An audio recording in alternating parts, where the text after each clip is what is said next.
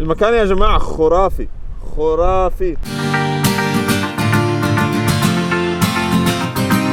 مرحبا واهلا فيكم بفيديو جديد. اليوم احنا موجودين في لشبونة عاصمة البرتغال.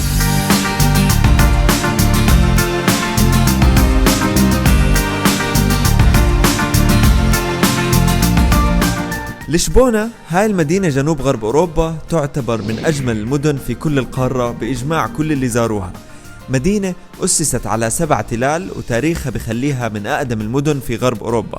عاش فيها العرب والرومان والإغريق والموريين وغيرهم كتير.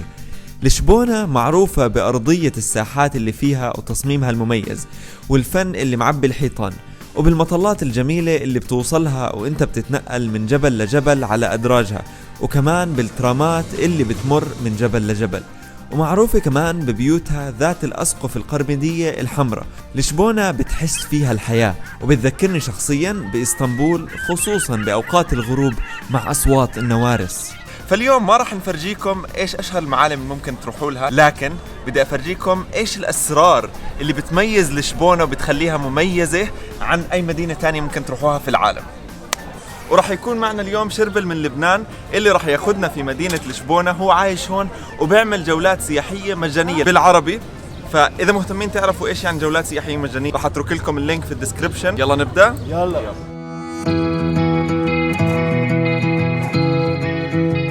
بدايتنا من منطقة الفاما. هاي المنطقة الشعبية القديمة جدا اللي كانوا يسكنها العرب والمسلمين، واسمها حتى الفاما مأخوذة أصلها من الحمة اللي هي المي السخنة، كلمة عربية. بتشوف فيها الزقاق الصغير، الناس حاطين الغسيل تبعهم. حي جدا شعبي وجدا جميل، جديد صار سياحي، كان أصله حي للصيادين. والفاما مشهورة بإيش يا شربل؟ بريحة الغسيل. لما بتقطع بألفاما دايما بتشم ريحة غسيل. ليش؟ كلهم بغسلوا بينشروا هيك، لأنها منطقة قديمة فقيرة، منطقة صيادين، ما حدا عنده مجال برا أو بالكون، كله عنده هيك بيعلق وبينشر على الطريق. حتى هلا بنقدر نشوف وين كانوا يغسلوا ثيابهم، عندهم حمام للعموم. إذا بنقرب بنشوف وين كانوا يجوا ليغسلوا ثيابهم. ما يعني كان كل واحد يجيب ثيابه، كل عائلة وتجي تغسل هون وينشروا، بتطلع ريحة الغسيل تبع الفاما.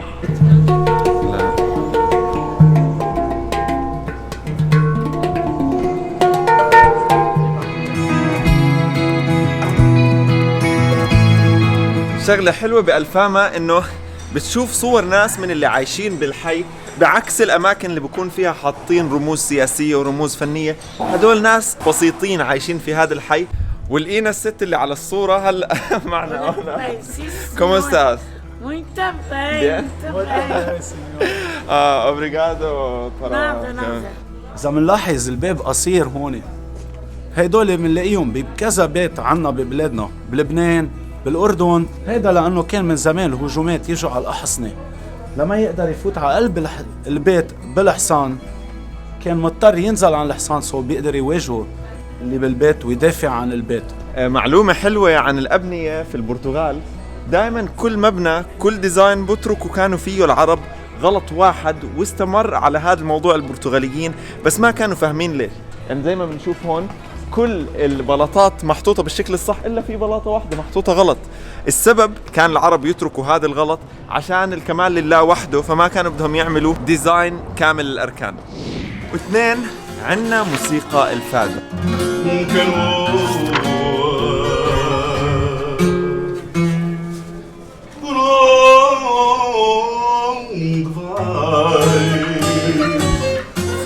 هاي الموسيقى الجميلة البرتغالية اللي هي على غرار موسيقى الطرب العربية اللي عنا. الفادو موسيقى أصلها من مدينة لشبونة في القرن ال19. أهم ما فيها إنها توصل شعور الحنين والحزن والمعاناة، وبالعادة بتحكي عن حياة البحارة أو الفقر. هذا النوع من الموسيقى بقدمه مغني وعازف جيتار وعازف آلة برتغالية تعرف بالجيتار البرتغالي بأوقات المساء بالمقاهي بأغلب مدن البرتغال. وكمان واحد من أسرار البرتغال اللي ممكن تعرف على الثقافة عن طريقه سمكة القد، بسموها هون بكلا، ومعروفة عالميا تكون مملحة. بطريقة معينة عشان تحفظها، بتنباع في السوبر ماركت كل مكان، والبرتغاليين جدا فخورين بهذا الطبق. سمك البكلاو هي أكلة برجع تاريخها للقرن الخامس عشر بالبرتغال، لما استعمل البحارة طريقة حفظ السمك بالملح، وكانوا ياخدوها معهم لتكفيهم طول فترة إبحارهم. حاليا يقال انه في اكثر من 365 طريقة لطبخ سمك البكلاو، يعني طريقة لكل يوم من السنة، والبرتغاليين جدا فخورين بهالسمكة وبتلاقيها بكل السوبر ماركت. فجيت اجربه في واحد من المطاعم، طلبتها مشوية، لطيف جدا. معجنات البكلاو شوفون، معمولة مع بطاطا وزبدة وبكلاو، طعمها رهيب وسعرها رخيص. فيري نايس. اجا وقت اكلة تانية اللي هي الباشتيل دي ناتا. هاي الاكلة اللي سرها وقصتها لازم تعرفوها اذا حابين تعرفوا ثقافة البرتغال. الباشتيل دي ناتا مش مجرد طبق حلويات، وإنما قصة إلها طعمها الحلو. بدأت القصة في لشبونة في القرن الثامن عشر، لما كانت الكنيسة تستخدم بياض البيض لصناعة الملابس، ولاستغلال الصفار بدل إهداره بدأوا بصناعة العديد من الوصفات لحلويات مختلفة، أحدها الباشتيل دي ناتا. لكن بالنهاية بعد سقوط الكنيسة تم بيع الوصفة لمخبز فابريكا دي باستيش دي بلم، وإلى الآن الوحيدين اللي بيعرفوا الوصفة الأصلية هم 5 أشخاص من نفس العائلة المالكة للمخبز. باشتيل دي ناتا حاليا ممكن تلاقيها بكل مكان بالبرتغال.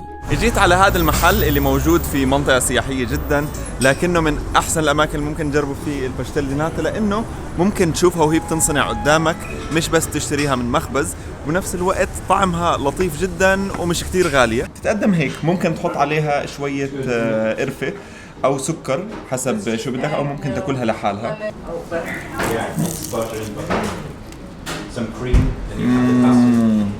نايس، very nice. وصلنا هلا على منطقة كابو دا روكا. الشيء الأخير لهذا الفيديو هو نقطة كابو دا روكا. هذا المكان اللي ممكن توصله بسهولة من لشبونة، ويعتبر أبعد نقطة غربية بكل قارة أوروبا. فإذا رحنا على الطرف وطلعنا كتير منيح بهداك الاتجاه، بما انه امريكا في هداك الاتجاه، ما راح نشوف امريكا لانه الارض كروية مش مسطحة، فما راح تبين. المنطقة فيها منارة صنفت من اجمل 10 منارات في العالم، والمنحدرات الجبلية على المحيط هناك بتخلي الرحلة من لشبونة مستاهلة كل دقيقة. المكان يا جماعة خرافي خرافي. هاي كانت نهاية الفيديو تبعنا. من وين؟ من لشبونة. فكثر الله اسفاركم. سلام. مرحبا، أنا ابن حتوتة. إذا عجبكم الفيديو اعملوا شير واشتركوا في القناة عشان تتابعوا رحلتي حول العالم. استنى الفيديو لسه ما خلص. هلأ فقرة ما بعد النهاية. بالفيديو الماضي حكيت لكم إنه بفقرة ما بعد النهاية لهذا الفيديو راح أعطيكم شوية نصائح عن صناعة المحتوى، لأنه شفت فيه كتير ناس مهتمين، وهذا اللي راح أعمله هلأ. بس قبل ما نبدأ بالنقاط بدي أحكي لكم شغلة، إنه هذا الفيديو ما راح يكون عن شغلات التكنيكال، برامج التعديل، المعدات وهاي الشغلات، لأنه بالنسبة إلي أنا مآمن إنه هاي الشغلات مش كتير مهمة. في كتير ناس التعديل تبعهم كلياته بكون على برنامج بسيط جدا، مع ذلك محتواهم عظيم. في ناس ما عندهم معداتهم كلياتها الموبايل، وبكون محتواهم عظيم كمان. أنا بعض فيديوهاتي كانت مصورة بالكامل بالموبايل ومنتجة بالموبايل، وما أتوقع في حدا منكم انتبه. خلينا نركز أكتر بالشغلات اللي ما إلها دخل بالشغلات التقنية. النصيحة الأولى، اعرف إنه الإشي الوحيد اللي ممكن يوصلك كصانع محتوى هو أنت، مهاراتك، طريقة تعاملك مع السوشيال ميديا، طريقة حكيك مع الفيديو، والمحتوى اللي بتقدمه. كتير بشوف ناس بيروحوا بيطلبوا من صناع محتوى الدعم. طبعا هذا الاشي مش غلط، لكن المشكلة لما نعتمد على دعم الآخرين. انت لو ما عملت الشغل المهم عشان تكون صانع محتوى جيد، ما راح يفيدك أي حدا بيعمل لك إعلان. فانتبه على حالك، دايما طور من نفسك. النصيحة الثانية، الاستمرارية أهم إشي في المحتوى. لازم تضلك تنزل فيديوهات أو صور أو محتوى بشكل عام وتطور، تنزل وتطور، تنزل وتطور. في ناس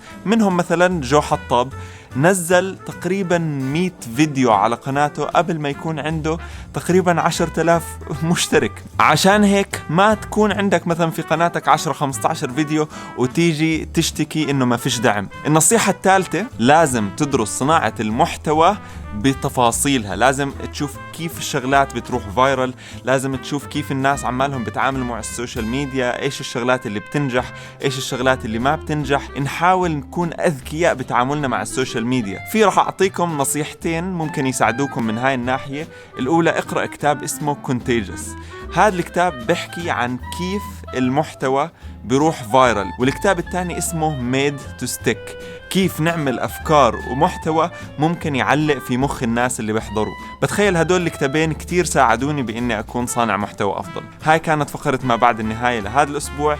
إذا عندكم اقتراحات لإيش حابين تكون فقرة الأسبوع القادم أو الفيديو القادم، احكوا لي في التعليقات. أشوفكم، سلام.